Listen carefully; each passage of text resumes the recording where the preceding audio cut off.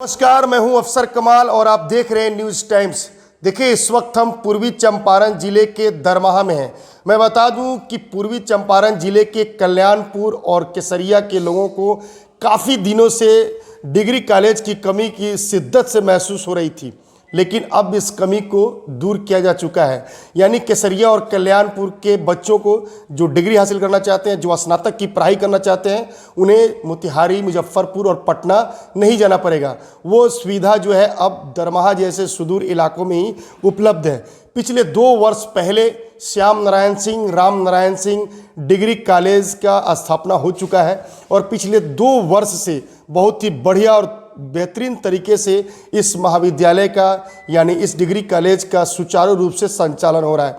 इस महाविद्यालय में क्या क्या फैसिलिटी है और किस किस फैकल्टी की पढ़ाई हो रही है और कितने बच्चे अभी तक नामांकित हैं, इन सब मुद्दे पे बात करने के लिए हमारे साथ मौजूद हैं इस महाविद्यालय के व्यवस्थापक और प्रबंध समिति के सदस्य अमरेंद्र कुमार। हम इनसे बात करेंगे और इनसे जानने की कोशिश करेंगे कि इस महाविद्यालय के खुलने का उद्देश्य क्या है। चूँकि अमूमन लोग अपनी ज़िंदगी में कुछ ऐसा करना चाहते हैं जहां पैसों की बारिश हो, लेकिन इन्होंने शिक्षा की बात की और शिक्षा के लिए सोचा। इन सब तमाम मुद्दे की पे बात करने के लिए हमारे साथ मौजूद हैं अमरेंद्र जी।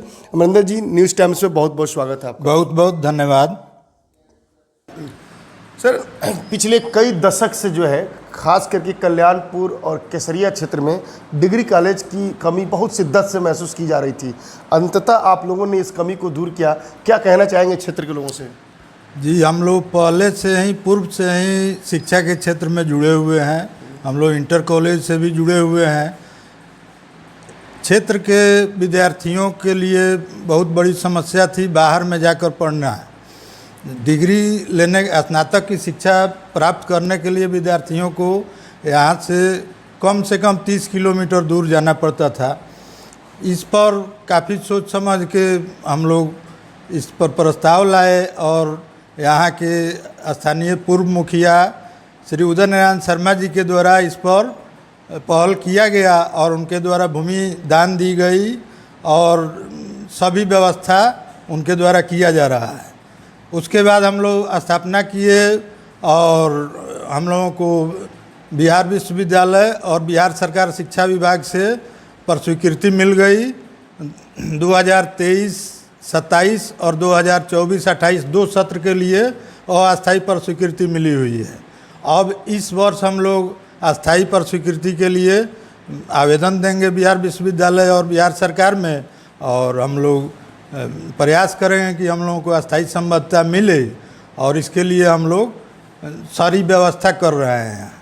यहाँ तीनों फैकल्टी कला, विज्ञान और वाणिज्य तीनों संकायों में हम लोगों को पर स्वीकृति मिली हुई है और इसमें छात्रों की नामांकन भी हो रही है। सर, जो है कहा यह जाता है कि लोग जो अपनी ज़िंदगी में कुछ करना चाहते हैं तो ऐसा काम करना चाहते हैं कि उससे उनका इनकम हो, लेकिन बहुत कम ऐसे लोग हैं जो शिक्षा के क्षेत्र में सोचते हैं। आप लोगों ने आखिर मन में ऐसी बात क्या आई कि आप लोगों ने महाविद्यालय, ये डिग्री कॉलेज खोलने का मन बनाया और ख़ास करके इस तरह के मतलब शिक्षण संस्थान को चलाने के लिए काफ़ी संसाधन की ज़रूरत होती है। कैसे ये सब संभव हो पाया? ये जो क्षेत्र है सुदूर ग्रामीण क्षेत्र है। यहाँ के छात्रों की परेशानी हम लोग देखे हैं, क्योंकि हम लोग इंटर कॉलेज पूर्व से चला रहे हैं। बाहर जाने के बहुत सारे छात्र जो पढ़ने लायक हैं वो बाहर जाकर पढ़ नहीं पाते हैं खर्चा की कमी के कारण। तो इस पर हम लोग विचार किए और प्रस्ताव दिया गया। जो सक्षम लोग हैं उसके लिए हमारे अध्यक्ष महोदय जो संस्थापक हैं इसके, वो सक्षम थे और बाकी लोगों के भी सहयोग से इसमें हमारे जो कर्मचारी हैं उनका भी सहयोग हो रहा है। जो समाज के लोग हैं उनका भी शारीरिक चाहे मानसिक चाहे जैसे हो समर्थन मिल रहा है, उससे हम लोग आगे बढ़ रहे हैं। बाकी तो जैसे जैसे समय आएगा व्यवस्था हम लोग बढ़ाते जाएंगे। हम लोगों को इसमें व्यवसाय नहीं करना है, इसको आगे बढ़ाना है और डिग्री से इसको और ऊपर तक ले जाने का प्लानिंग है हम लोगों को। सर जैसे कि हमने जो जानकारी जुटाया, पिछले 2 वर्ष से आप इस महाविद्यालय का संचालन कर रहे हैं, अब तक कितने बच्चों का नामांकन हो चुका और कितने बच्चे अभी मतलब इसमें अभी दाखिल हैं इनके पढ़ने के लिए? अभी तक ये तो दूसरा सत्र हम लोगों के यहाँ नामांकन हो रहा है। अभी इस सत्र में लगभग 550 बच्चों का नामांकन हुआ है। पिछले सत्र में भी 500 के आसपास नामांकन हुआ था, उसमें समय कम मिला था, लेकिन अभी तो बहुत हम लोगों का प्रचार प्रसार भी नहीं हुआ है। हम लोगों का प्रयास है कि अच्छी सुविधा दें विद्यार्थियों को, कोई परेशानी ना हो, जैसे हो उनको कोऑपरेट करें और शिक्षा उनको प्रदान करें। सर आपने बताया कि ये काफ़ी सुदूर इलाका है, यहाँ के लोगों को पढ़ाई करने जाने के लिए, स्नातक करने के लिए, चाहे उच्च शिक्षा हासिल करने के लिए काफ़ी परेशानियों का सामना करना पड़ता था। इस सोच की वजह से ही आप लोगों ने यहाँ स्थापना किया। तो क्या वैसे लोगों क्या कुछ यहाँ पर एक्स्ट्रा बेनिफिट उन लोगों को मिलेगा जो फाइनेंशियल दिक्कत उनके साथ आर्थिक तंगी है और पढ़ना चाहते हैं, उन लोगों का कुछ सपोर्ट? जी बिल्कुल, हम लोगों का प्लानिंग है कि बिहार विश्वविद्यालय का जो फी निर्धारित है उसके हिसाब से हम लोग काम करेंगे और ज़रूरत पड़ेगा तो हम लोग अपने तरफ से भी छात्रों का मदद करेंगे और उनको शिक्षा, उनकी जो पढ़ाई जो है 4 साल की स्नातक की, उसको हम लोग पूरी कराएंगे। हम लोगों से किसी छात्र को कोई परेशानी ना हो, हम लोगों से जो सहयोग हो सके हम लोग करेंगे, क्योंकि हम लोगों को इसके लिए व्यवसाय नहीं करना है, यहाँ शिक्षा बढ़ाना है, शिक्षा प्रदान। सर आपने कहा कि तीनों फैकल्टी का यह एडमिशन जारी है, आपने आर्ट्स का, साइंस का, कॉमर्स का। साइंस में जैसे केमिस्ट्री है, फिजिक्स है, उसके लिए कुछ लैब की ज़रूरत होती है, वो सुविधा है उपलब्ध है? जी लैब है, लाइब्रेरी है, हमारे यहाँ सब सुविधा है। अभी हम लोग बढ़ा रहे हैं उसको, उसके लिए हमारे यहाँ फर्नीचर सब अभी तैयार हो रहा है। मतलब हम लोगों को धरातल पर महाविद्यालय चलाना है, हम लोगों को दिखावा नहीं करना है और कागज़ में नहीं चलाना है, जो करना है वो धरातल पर करना है और उसके लिए हम लोग व्यवस्था कर रहे हैं। क्या भविष्य में स्नातक यानी डिग्री के बाद और भी आगे ले जाना है इसको? जी हम लोगों का इसके बाद का स्टेप है कि हम लोगों का प्लानिंग है कि इसको बीएड करेंगे। बीएड के लिए क्राइटेरिया जो होगी वो हम लोग फुलफ़िल करेंगे, आवेदन देंगे जब समय आएगा।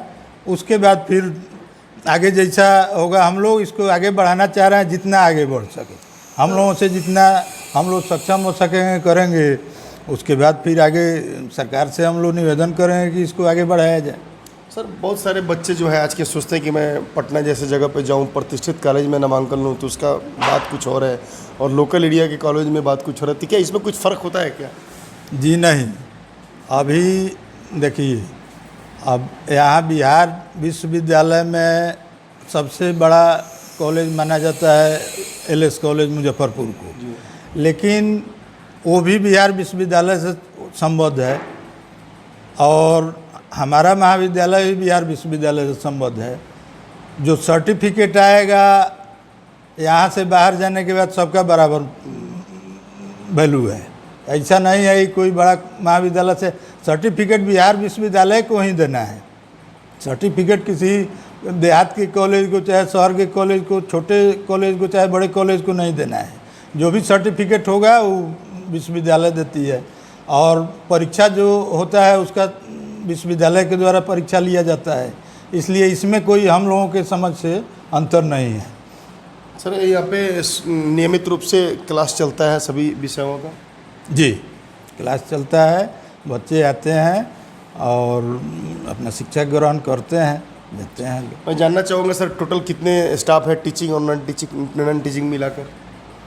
अब एकदम एक्यूरेट तो नहीं बताएं, लेकिन लगभग 75 स्टाफ। पर्याप्त स्टाफ है यहाँ पे टीचिंग और नॉन टीचिंग दोनों? जो क्राइटेरिया है एक विषय में कम से कम 2 शिक्षक का, वो हम लोग पूरा किए हैं। ऑफिस में, कार्यालय में जितने इनका ज़रूरत है कर्मचारी का, वो हम लोग रखे हैं। लैब में ज़रूरत पड़ता है कर्मचारी का, वो मतलब जो विश्वविद्यालय का क्राइटेरिया है उस हिसाब से हम लोग रखे हैं स्टाफ, और सब लोग आता है अपना काम करता है। सर मैं चाहूँगा कि मेरे माध्यम से आप केसरिया और कल्याणपुर के खास करके इस दोनों प्रखंड के इलाके के बच्चों, छात्रों और उनके पेरेंट्स को कुछ मैसेज देना चाहें।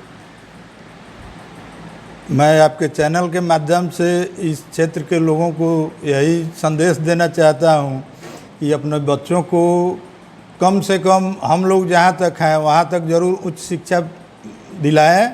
उसमें हम लोगों से जो सहयोग होने वाला होगा हम लोग देंगे। हम लोगों के पास आएँ, हम लोग जैसे होगा वैसे उनके बच्चों को शिक्षा दिलाएंगे।